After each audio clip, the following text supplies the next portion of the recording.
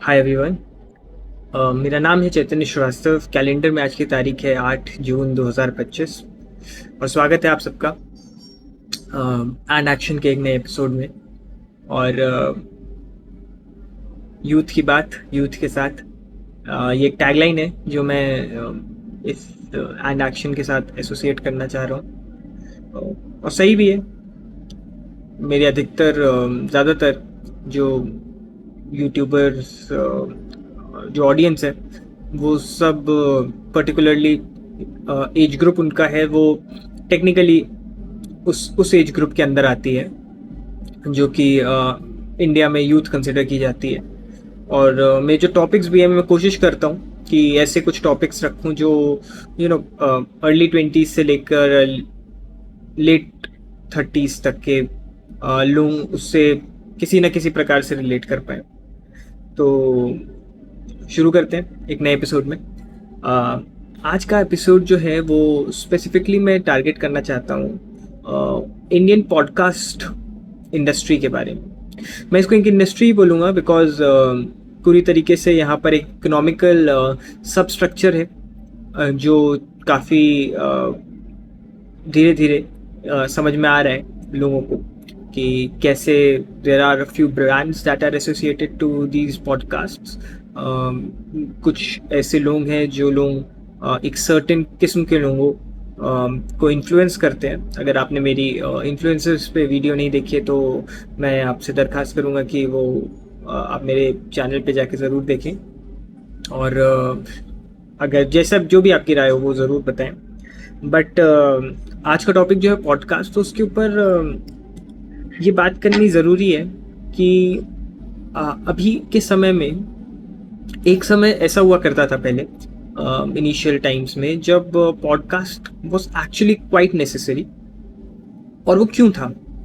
क्योंकि उस समय पर there was no particular medium to understand lives of people जिनको आप एडमायर करते हो। तो अगर मेरे जीवन में मैं किसी को एडमायर करता हूँ तो मेरे पास जो कुछ तरीके होते थे उसकी उससे ज्ञान प्राप्त करने के या उससे नॉलेज की मतलब नॉलेज एक्वायर करने के, वो तरीके यही थे कि मैं सबसे पहले उसकी कोई बुक है उसको पढूं। सेकेंड तरीका ये हुआ करता था कि मैं उसने कहीं टेड टॉक दिया है कुछ, तो याद से मैं 5-7 साल पहले की बात कर रहा हूँ, तो टेड टॉक दिया है तो मैं वो सुन लूँ, या फिर कोई उसका इंटरव्यू हो तो उसमें मैं आइडिया ले लूँ। बट जब मैं अब देखता हूँ कि वो बंदा किसी पर्टिकुलर चैनल पर अपना पॉडकास्ट दे रहा है और उसमें उससे ऐसे क्वेश्चंस पूछे जा रहे हैं जो ना केवल उसके प्रोफेशनल बट उसके पर्सनल लाइफ में भी जो एक दरवाज़ा खोलते हैं उसके जीवन का, तो उससे मुझे ऐसा लगता है कि उस आदमी को मैं एक सर्टेन लेवल और अंदर जान पा रहा हूँ। अब इसमें कुछ खामियां भी हैं और कुछ अच्छाइयाँ भी हैं। अच्छाइयाँ तो ये हैं कि एक human to human connect develop हो जाता है उन लोगों के साथ। बट जो खामी है, और सबसे बड़ी खामी है, कि प्राइवेसी का बहुत बड़ा एंड हो जाता है, क्योंकि फिर जो एक सो कॉल्ड सेलिब्रिटी वाइब्स हुआ करती थी पहले के ज़माने में, या एक रीच से बाहर होने का एक तरीका हुआ करता था, वो अब अवेलेबल नहीं है। ये तो सबसे बड़ी मुझे लगता है कि खामी हुई इंडियन पॉडकास्ट उसमें आने के बाद। सेकेंडली, जो डिफरेंट कल्चर्स और डिफरेंट एक्सपीरियंसेस होते थे वो बहुत आसान होते थे शेयर करना एक दूसरे को। ये एक ऐसी चीज़ है जो पॉडकास्ट बहुत अच्छी तरीके से कैटर करता है, और ये करता भी था जब इनिशियली पॉडकास्ट शुरू हुआ था, जब 2-3 पॉडकास्ट चैनल्स हुआ करते थे। बट विद टाइम ये चेंज हुआ और अब इतने सारे पॉडकास्ट चैनल्स आ गए हैं कि अब मुझे नॉलेजेबल कंटेंट से ज़्यादा इररेशनल कंटेंट, और कंटेंट भी नहीं, बेसिकली इररेशनल बकवास, वैसे ऐसे बोलूँगा, वो लोग 2 घंटा 3 घंटा बात किए जाते हैं। और मैं ये क्यों बोल रहा हूँ कि ये क्यों इशू है, बहुत से लोग बोल सकते हैं अगर तुम्हें नहीं पसंद तो तुम मत देखो, सही बात है। बट जिस किस्म की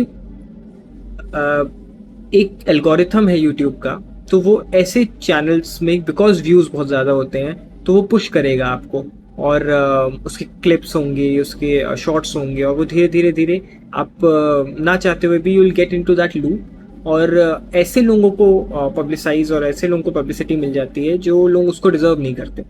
और ये हाल फिलहाल में बहुत हो रहा है कि लोगों को बहुत क्विक फेम मिल जा रहा है बिकॉज वो किसी पॉडकास्ट में चले गए जिनके बारे में उनको कोई आइडिया नहीं है, और ऐसी बात कर दी उन्होंने जिसका उनके जीवन में कोई ना आपके जीवन में कोई प्रभाव अच्छा पड़ेगा ना उनके जीवन में, लेकिन बस क्योंकि वो बात कर दी उन्होंने तो इसकी वजह से ऐसा लगता है कि ये शायद बहुत ज्ञानी है। भारत में ये बहुत इंटरेस्टिंग चीज़ है कि यहाँ सब ज्ञानी है।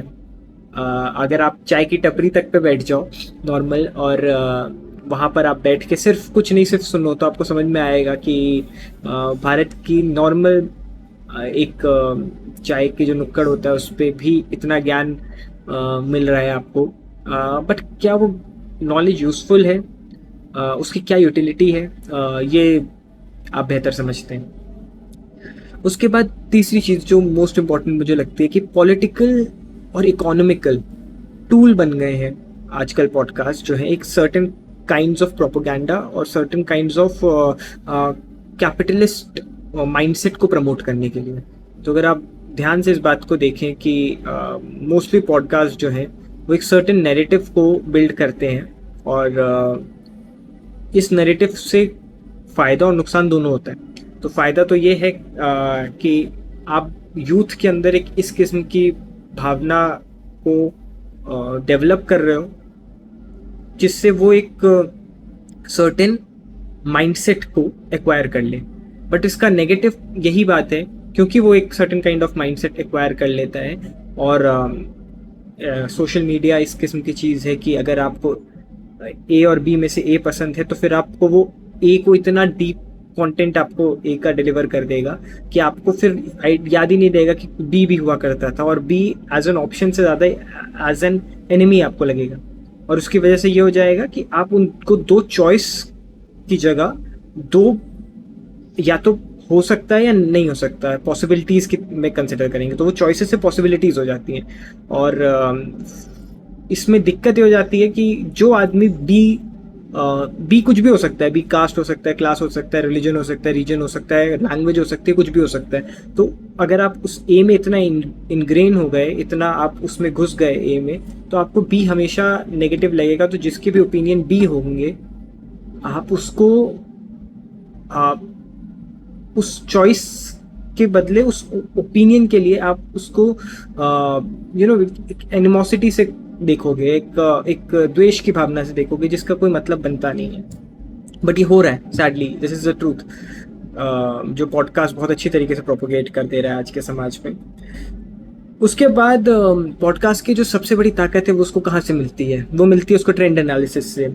अब आप देखो कि सर्टेन मेटाफिजिकल और ऐसे टॉपिक्स जिनका कोई साइंटिफिक बेस नहीं है, अब मैं उसको सही गलत तो नहीं बोलूँगा, बट मैं बोलूँगा कि जिनका कोई साइंटिफिक बेस नहीं है, जैसे न्यूमरोलॉजी हो गई, एस्ट्रोलॉजी हो गई, और भी इस किस्म की चीज़ें हो गई, तो उनके टॉपिक्स आप देखिए एलियंस के ऊपर और भी जो भी बकवास चीज़ें हैं उनके ऊपर बहुत सारी वो चलता रहता है, पॉडकास्ट आते रहते हैं और लोग बात भी करते हैं, और ये बहुत भूत प्रेत और इन सब चीज़ों के ऊपर बात की जाती है।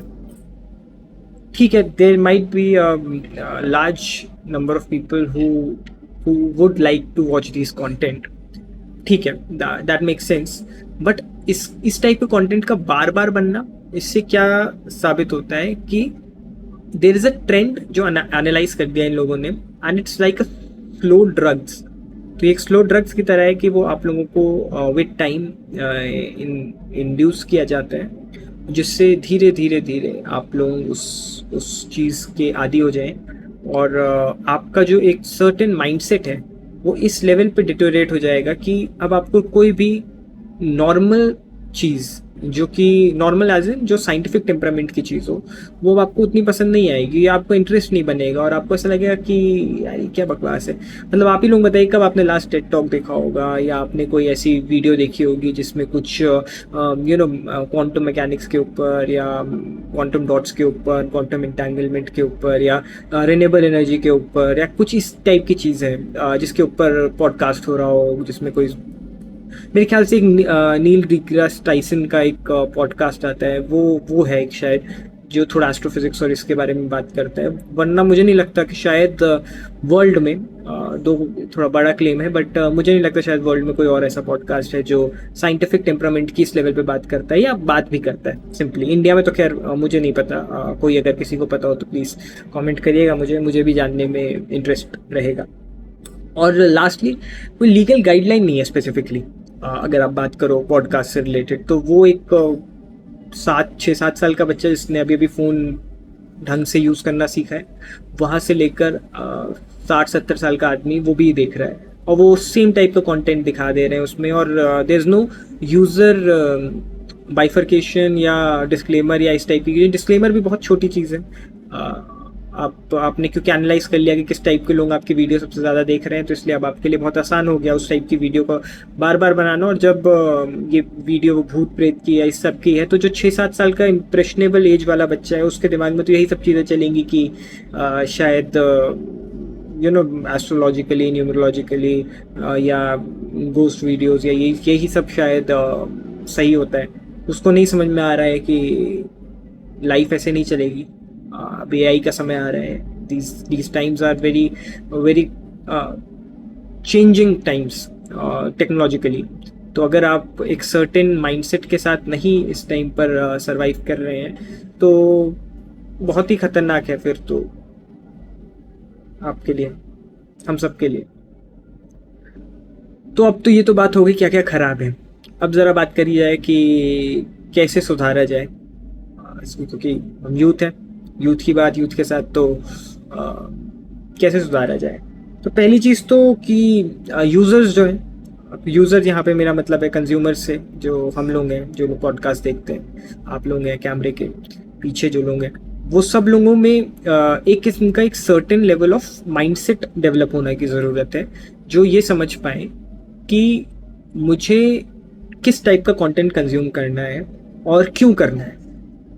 मैं क्या देखता हूँ उससे ज़्यादा इम्पोर्टेंट है मैं ये क्यों देखता हूँ। अगर मैं क्या देखता हूँ के चक्कर में फंस गया कि ये आदमी मुझे सही लगता है, या ये आदमी ऐसी बातें करता है, या इस टाइप की चीज़ों में, तो मैं उस आदमी के प्रति अंधभक्ति दिखा रहा हूँ, और जो वो बात कर रहा है उसको सिर्फ मैं एक रोबोटिक फॉर्म में, हाँ अच्छा बहुत बढ़िया सही है, इस फॉर्म में चला जा रहा हूँ। ना कि मेरा ध्यान उस समय होना चाहिए कि ये क्या बात कर रहा है, और अगर ये क्या बात कर रहा है फिर मेरा रैशनल क्रिटिकल माइंडसेट रहेगा, तो मुझे समझ में आएगा कि हाँ यार ये जो बात कर रहा है इसमें पूरी तरह सच्चाई नहीं है, और उस वजह से फिर मैं जज कर पाऊंगा कि बेटर क्या है। और ह्यूमन ग्रोथ इसी प्रकार से होती है। अगर आप बहुत यस यस वाली उसमें है, यस मैन जिनको बोलते हैं, अगर आप उस किस्म के दिमाग वाले लोग हैं, तो बहुत दिक्कत हो जाती है ग्रो करने में आगे, as a society, as an individual, दोनों तरीके से। तो मेरा सुझाव यही रहेगा कि फर्स्टली थोड़ा स्मार्ट चॉइस लेने की ज़रूरत है यूज़र्स को, एंड सेकेंडली अपने आप से सवाल पूछने की कि मैं क्या देख रहा हूँ उससे ज़्यादा मैं क्यों देख रहा हूँ। और थर्डली जो हम कर सकते हैं, हमारे संविधान में भी constitution has given us the right to, as not as a right but as a fundamental duty to have and develop a scientific temperament। तो अगर ऐसा है, साइंटिफिक टेम्परामेंट डेवलप करने की बात की गई है, तो उसमें हम ये ज़रूर करें कि जो ऐसी अनसाइंटिफिक टाइप की टॉपिक्स हैं या अनसाइंटिफिक टाइप की वीडियोस हैं कि आप ये कर लो तो इससे आपको इतना पैसा मिल जाएगा, ऐसा कर लो, ये लगाने से आप इतने सुंदर हो जाओगे या गोरे हो जाओगे, या जो भी बकवास जो भी चलता हुआ आ रहा है, तो उससे बेहतर है कि आप उसको सबसे पहले रिपोर्ट करें। अगर आप रिपोर्ट करेंगे तो आप ना सिर्फ यूट्यूब पर बट इस पूरे समाज पर, इस पूरी धरती पर बहुत बड़ा उपकार करेंगे। एक जो we'll all be obliged आपकी इस एक्शन से. तो I'll recommend, I'll suggest, and I'll humbly ask everybody with their right minds and in their right minds to just report all these videos जो बहुत अनसाइंटिफिक किस्म की ज्ञान को देती नहीं है, बेचती हैं. और क्योंकि ये हम सबके लिए बहुत ख़राब है, ये हमारे जनरेशन के लिए बहुत ख़राब तो है ही, और ये आगे आने वाली जनरेशन्स के लिए भी बहुत ख़राब है. तो आई वुड सजेस्ट कि आप लोग अपने कमेंट्स और अपनी राय बताइएगा इस टॉपिक के बारे में, आप लोगों को क्या लगता है. और मैं ओपन हूँ to any critical backlash as well as any development as well, और I'll wait for your response. चलिए, thank you so much. And इसी के साथ एंड एक्शन का ये एपिसोड ख़त्म हुआ. यूथ की बात यूथ के साथ. Bye bye.